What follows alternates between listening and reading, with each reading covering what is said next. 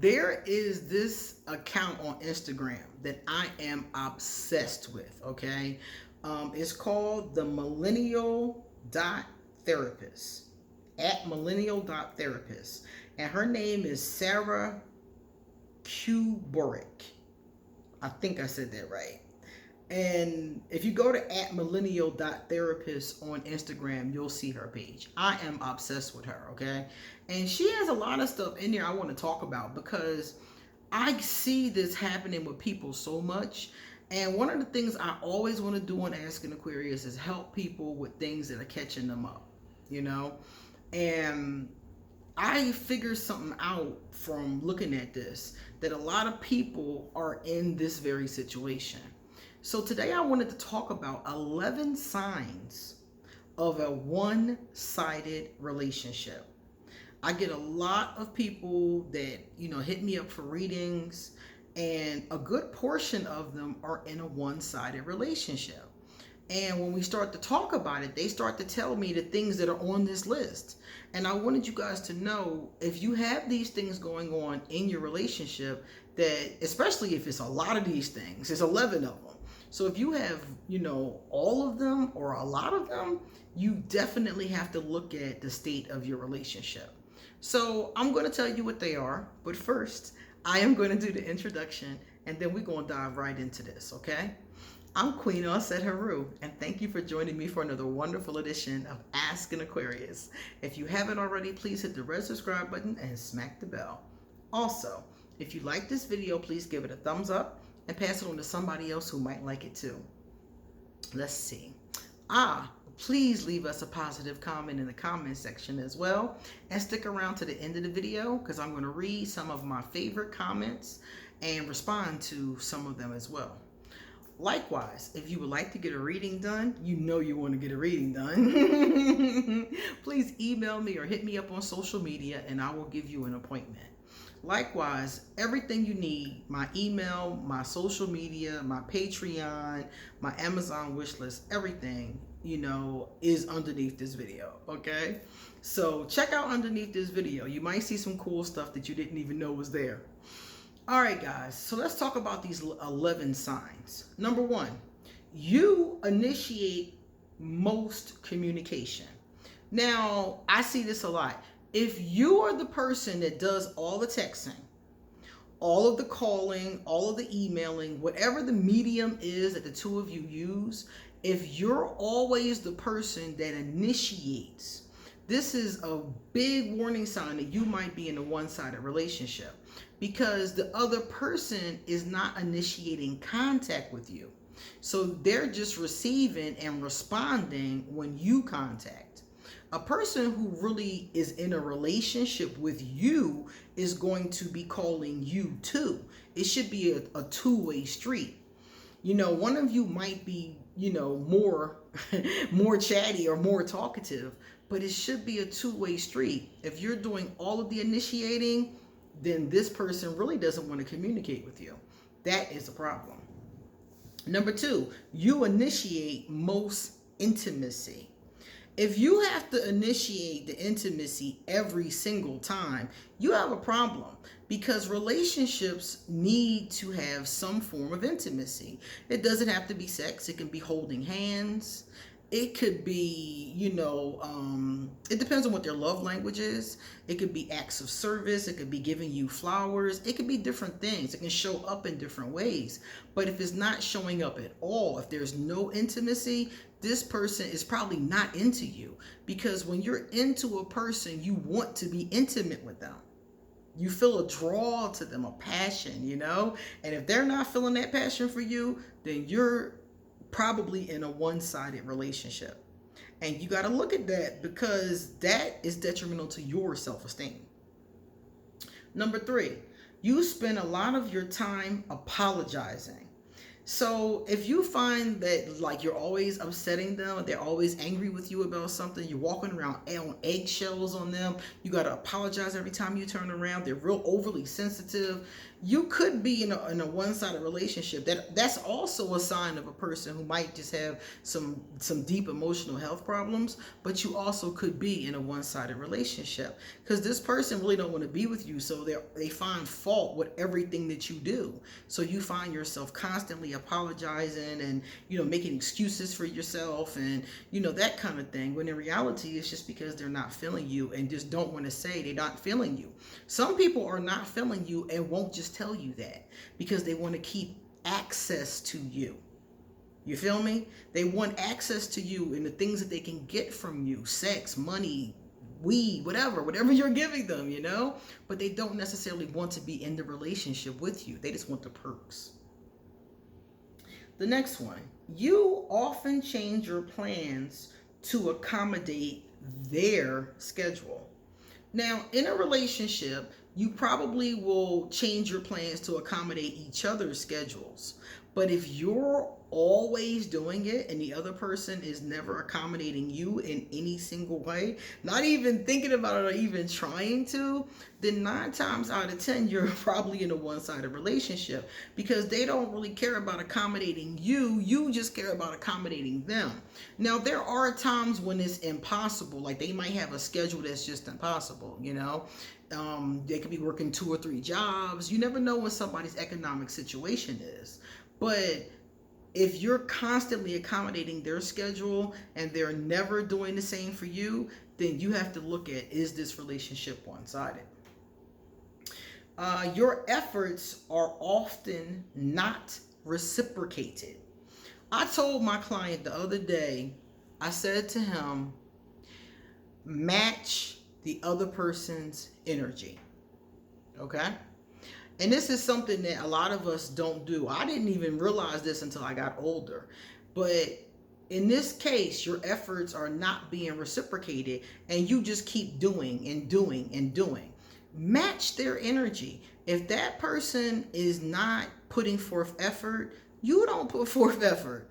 If that person is putting forth a little bit of effort, you put forth a little bit of effort. You match what they're offering until you don't want to be bothered no more.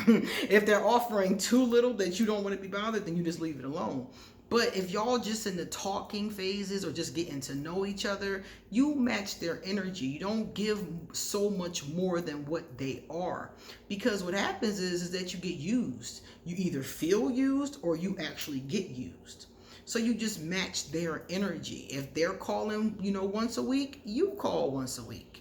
You don't go over the top, and you never know what's going on with them. If that person is not reciprocating, there's a reason why. They're either not feeling the same way, they might be seeing someone else. People don't always tell you everything, especially up front. So if your effort is not being reciprocated, scale back your effort and give them the same effort that they put out. And if they don't like it, then they can beef up their effort and you can beef up yours too. Effort can always change. The dial can turn up and the dial can turn down. So you can always change that, but it needs to match. And it's not like a tit for tat thing like you're a 5-year-old, but it's saying, I need to see that this is as important to you as it is to me. Okay? And if it's not, it's okay. Just back off. Some people have a tendency to just keep trying, keep trying to come forward, keep giving them more stuff, keep doing more things. That's not going to help. It's only going to make it worse for you. You frequently make excuses for their hurtful behaviors. If you're making excuses for your partner's abuse, because that's what this is abuse. If they're doing hurtful things to you, they're abusing you. Even if it's just emotional, mental, even if it's just a little bit, even if it's just sometimes, those intentionally hurtful behaviors are abuse. So if you're making excuses for their abuse, not only are you in a one-sided relationship, 9 times out of 10, because you also could be making excuses for somebody who is in a relationship with you, but you're also in a bad relationship. You're in a dysfunctional, abusive, maybe relationship. So if you have to make excuses for them, if they're not apologizing, if they don't, fess up to what they've done and say they're sorry and try to make amends, then you definitely are in a bad situation of some kind. That's one of the worst ones on this list. Making excuses for their hurtful behavior. Now you kind of have almost traumatized yourself, because now you're making excuses, and you're not making the excuses for them. You're making them for you and for those around you. So you don't like if your lover does something hurtful, you'll make an excuse so that the people around you don't know how hurtful they're treating you. I once knew a woman, very, very close, and her boyfriend was supposed to propose for Valentine's Day. He made this big show of how he was going to do it. They had discussed it. They picked out the ring together and everything. Well, Valentine's Day came and went, and homeboy did not come with that ring. So to make excuses for this behavior, because now he's gaslighting you, because now it's like, oh, I'm gonna do it, and he never did it. So to make excuses for his behavior, she bought her own engagement ring. She didn't tell me at first. At first, she tried to play it off like he bought the ring. But to me, it was just like, It was kind of obvious that something was off, because he didn't have a job. So I'm like, how did he buy this ring? But I didn't say nothing, because it wasn't my business. Later on, she told me that because she wanted to save face, she bought the ring herself. Of course, they never got married. They broke up, and she ended up marrying a whole different person. But the point is that she was trying to make excuses to save face for her family, because she had told everybody that he was going to propose. So instead of just telling her, I'm not going to propose, or whatever the case is, he lied about it and then kept on prolonging it. Okay, well, I'm going to do it for your birthday. I'm going to do it for Christmas. He kept dragging it and dragging it and dragging it. Meanwhile, she done went to the store and bought a diamond and is sporting it like that's the ring that he gave her. It was very sad to me. It was a very sad situation. You are constantly worried they will leave. If your lover is constantly giving you the signal that they might be gone tomorrow, it's a very good possibility you're in a one-sided relationship, because they're not committed to the relationship. And this happens a lot with Aquarius. Aquarius often have one foot out the door and one foot in the door. If your lover is constantly threatening to leave or doing things that makes you think that they might leave, then that's a real big possibility, because they're not invested in the relationship. Their goals have become your goals. Now, in a lot of relationships, you usually want to have shared goals. Wanting to buy a house, wanting to go on vacation, wanting to buy, a new truck. Some of the goals that you have really should be goals that you have as a couple. That's a true statement. But if you just met them and you had other goals and they've shot down all your goals and have you just going after theirs, you didn't have a problem. Because what that's saying is that they came in with their agenda, and now you two are living their agenda. None of your agenda has been taken into consideration. Even if y'all just, took the best ideas from both agendas, that would be great. Or just a few of yours and just a few of theirs. But no, I've known a lot of people that their lover will come in, sweep them off their feet. All their goals, all their objectives, all the things they wanted to manifest, poof, are gone. A good friend of mine, a long time ago, wanted to start a business. She got with this fool and decided that she was going to help him with his music career instead of taking the money and investing it into her business. Of course, they broke up. Of course, his music career didn't go anywhere. Her money is spent, and she's still working at Walmart to this day. So, not that anything is wrong. She got a legal job, I don't look down on it at all. but I know that's not what she really wanted. And because she put her eggs all into his basket, when his basket fell, there goes her eggs.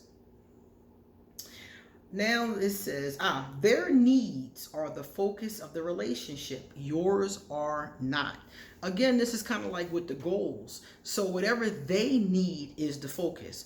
Whatever that may be, financially, what kind of food they need, where they need to go, but all of it is them.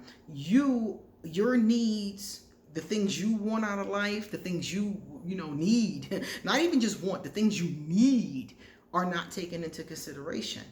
So if you need to go somewhere, or you need to do something, or you need an operation, or you need medicine, or you need something for your job, or you need something for your business, your needs are disrespected or just totally overlooked, and it's a me thing. If everything is about that person, then it's not a reciprocal relationship. It's not a partnership. It's just you catering to that person. Next one says, they often prioritize things over you, such as work or hobbies.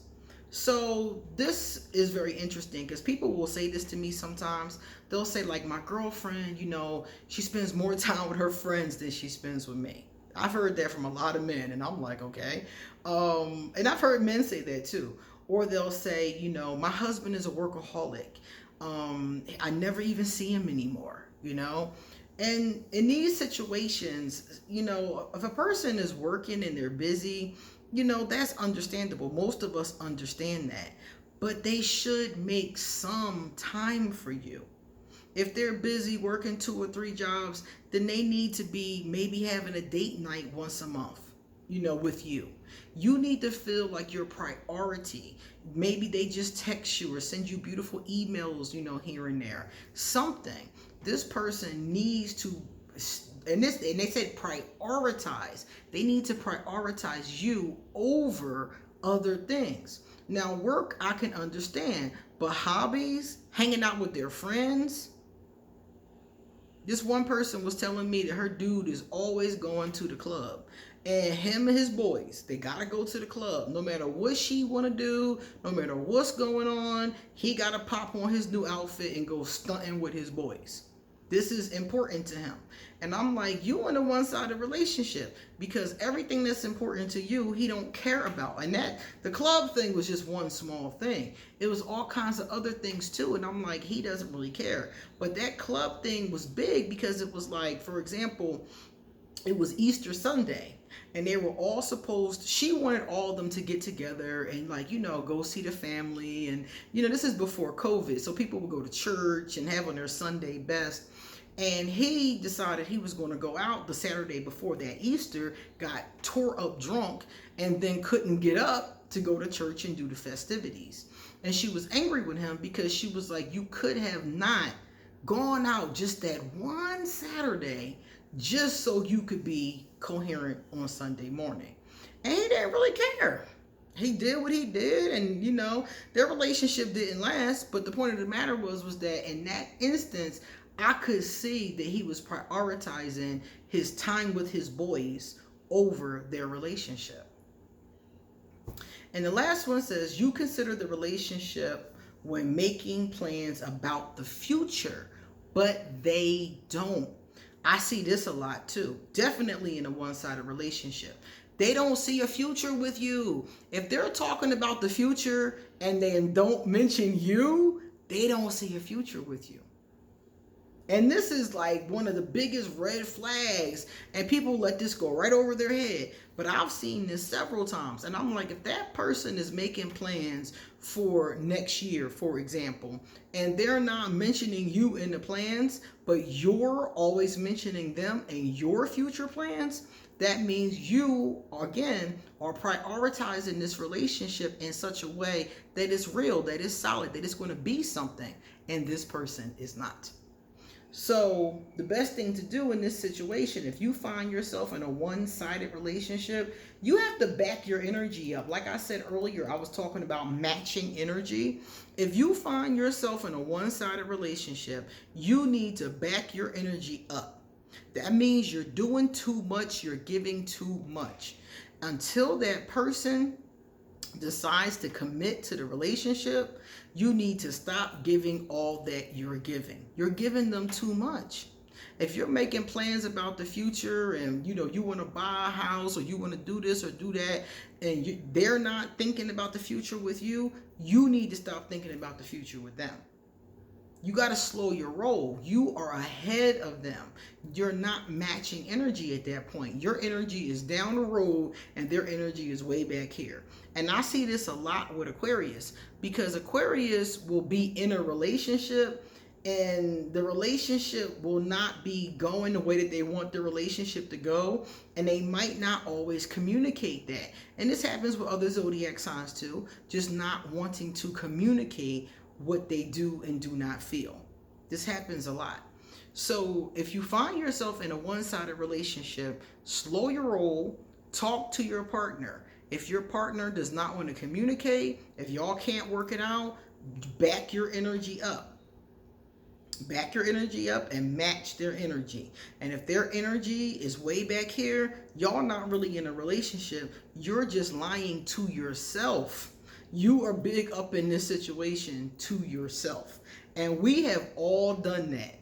You know what I'm saying? We've all liked somebody and be like, oh my goodness, I'm going to be with her or I'm going to be with him and we're going to do this, we're going to do that. And 2 weeks later, you find out they got a boyfriend, they got a girlfriend, they got somebody pregnant, they got a whole family, they got something else going on that ain't got nothing to do with you. We've all been in this situation before. So don't feel embarrassed about it either. I think a lot of people, when they have problems in their relationship, they get embarrassed. And then they don't tell anybody. They don't talk to other people. They feel foolish. And I'm like, yo, this happens to the best of us. We all take L's in our love lives. We all take L's in life, period.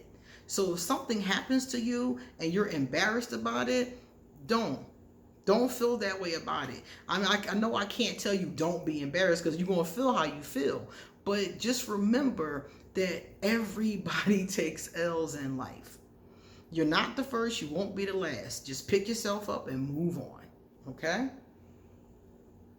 Here we have Carmelita Foster. Hey, Carmelita. Carmelita left us a positive comment. She said, not heartless. Have a tendency of being that way from taking too much off of people, though. Still love them. It just gets buried under logic and understanding about what needs to be done to have fairness on both ends, instead of unrequited love and abuse. That is a very powerful statement, because unrequited love or dysfunctional abusive relationships can leave you messed up. Anybody that's ever been there, you know exactly what I'm talking about. The next one is from Ruth Glenna. Hey Ruth, what's up? Ruth said, we are both Aquarius and both have short fuses. Uh-oh. This is her and her significant other. But, betrayal is over. If I can't trust you, you can't be with me. Oh, no. Mm-mm. The first time I get the inclination I can't trust you, I'm not calling no more. like that's the end. I can't trust you. Oh, we good. Okay, cool. That's not for me. All right, guys, that was the last one. So you guys please come back soon, because I got a lot more to say. See you later.